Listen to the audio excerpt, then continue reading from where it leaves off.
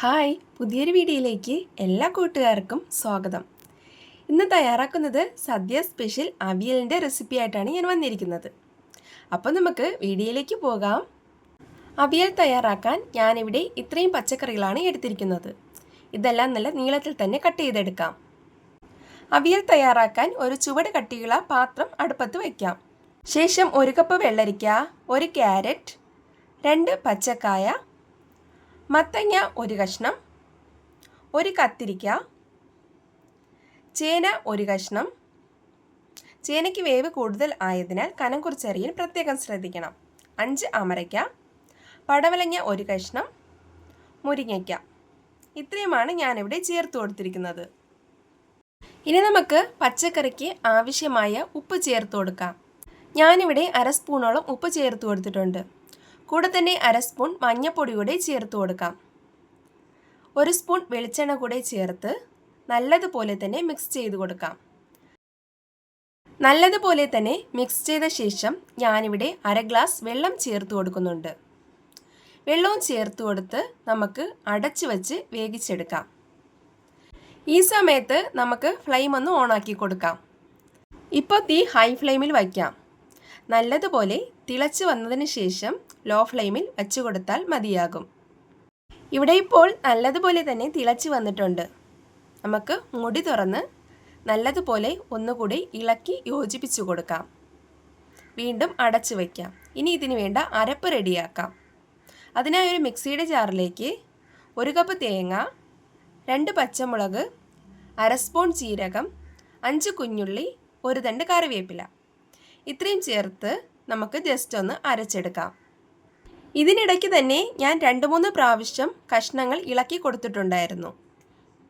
അടുക്കി പിടിക്കാതെ പ്രത്യേകം ശ്രദ്ധിക്കണം. ഇനി നമുക്ക് പച്ചക്കറികളൊക്കെ സൈഡിലോട്ട് മാറ്റി അരച്ചെടുത്ത അരപ്പ് ഇതിലേക്ക് ചേർത്ത് കൊടുക്കാം. വീണ്ടും പച്ചക്കറികളെല്ലാം കൂടെ തന്നെ കൊണ്ട് പൊതിഞ്ഞ് അതിനെ മൂടി വെച്ച് അടച്ചു വെച്ച് ആവി കയറ്റി എടുക്കാം. ഒരു 2 മിനിറ്റൊക്കെ ആവി കയറ്റിയാൽ മതിയാക്കും. ഇവിടെ ഇപ്പോൾ 2 മിനിറ്റ് ആയിട്ടുണ്ട്. ഈ സമയത്ത് നമുക്ക് അരപ്പും കഷ്ണങ്ങളും എല്ലാം കൂടെ നല്ലതുപോലെ തന്നെ ഇളക്കി യോജിപ്പിച്ചു കൊടുക്കാം. ഈ സമയത്ത് ഇതിലേക്ക് 2 സ്പൂൺ പുളിയില്ലാത്ത തൈര് കൂടെ ചേർത്ത് കൊടുക്കാം. എൻ്റെ കയ്യിൽ നിന്ന് ആ വീഡിയോ മിസ്സായിട്ടുണ്ട്. അപ്പോൾ നല്ലതുപോലെ തന്നെ നമുക്ക് ഇളക്കി യോജിപ്പിച്ചു കൊടുക്കാം. ഈ സമയത്ത് പച്ചക്കറികളൊക്കെ നല്ലതുപോലെ തന്നെ വെന്ത് വന്നിട്ടുണ്ട്.